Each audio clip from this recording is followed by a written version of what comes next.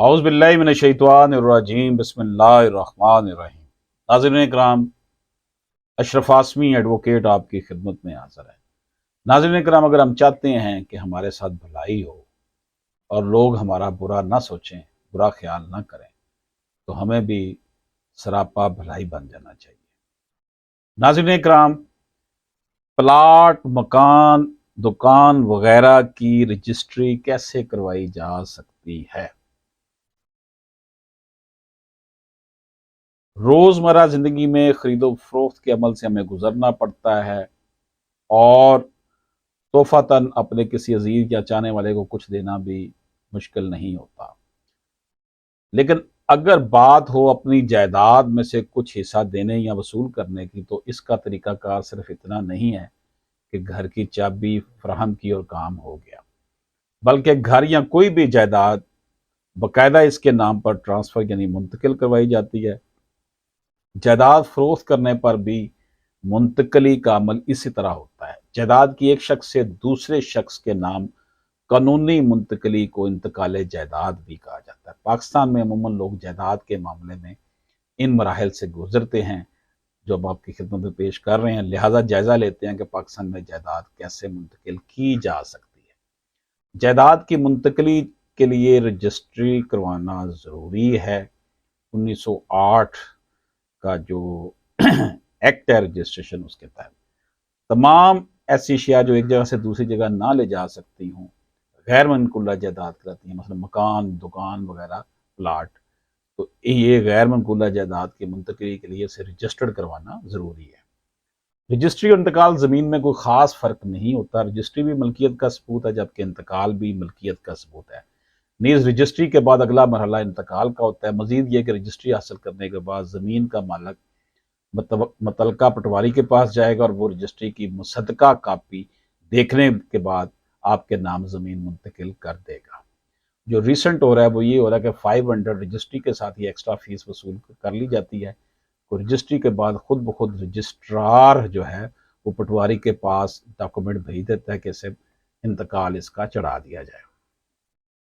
ناظرین اکرام، پٹواری زمین کا انتقال کر سکتے ہیں۔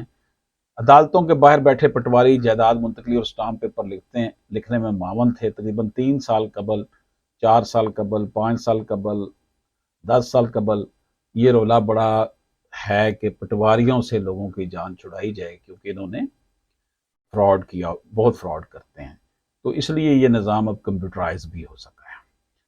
جائیداد کی منتقلی کے لیے درکار ضروری دستاویزات کیا کیا ہونے چاہیے؟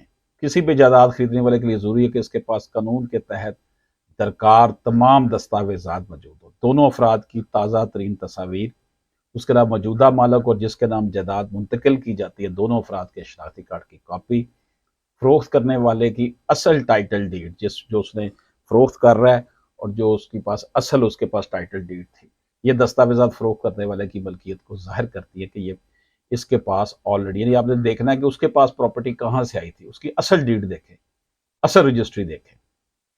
فرد ملکیت ایک ایسی قانونی دستاویز ہے جو پراپرٹی رجسٹریشن آفس سے حاصل کی جا سکتی ہے، جس سے تصدیق ہوتی ہے کہ جائیداد فروخت کرنے والے کی ہی ہے۔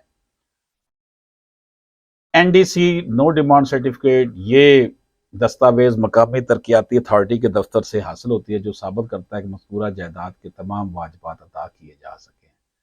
اگر لاہور میں ہیں تو LDA یا پھر آپ ایکسائز اینڈ ٹیکسیشن ڈپارٹمنٹ، ان سے کراچی میں ہیں تو ان کا اپنا جو LDA ہے یا اور ڈپارٹمنٹ ہے، کنٹونمنٹ بورڈز ہیں، اسلام آباد میں CD ہے، ہر شہر کے اپنے اپنی جو ہے نا وہ اتھارٹیز بنی ہوئی ہیں۔ فرد بیک نکلوانے کے بعد اگر فروخت کی جانے والی زمین کی رجسٹری نہ کروائی جائے تو وہ فرد 14 روز کے بعد منسوخ ہو جاتی ہے۔ اس کے بعد زمین کی مالیت کے حساب سے اسٹامپ پیپر نکلوائیں۔ فائلر جبکہ نان فائلر کی زمین کی مالیت کے حساب سے ٹیکس ادا کر کے اس اسٹامپ پیپر کو نکلوائیں گے، یعنی کہ آپ نے زمین کی جتنی مالیت ہے اس کے حساب سے stamp paper, stamp paper, computerize stamp paper نکلے گا، بینک میں جمع ہوگی فیس، اور مالیت فائلر کے لیے ریٹ کم ہے، نان فائلر کے لیے زیادہ ہے۔ فائلر سے مراد یہ ہے کہ جو انکم ٹیکس ڈپارٹمنٹ میں جس کی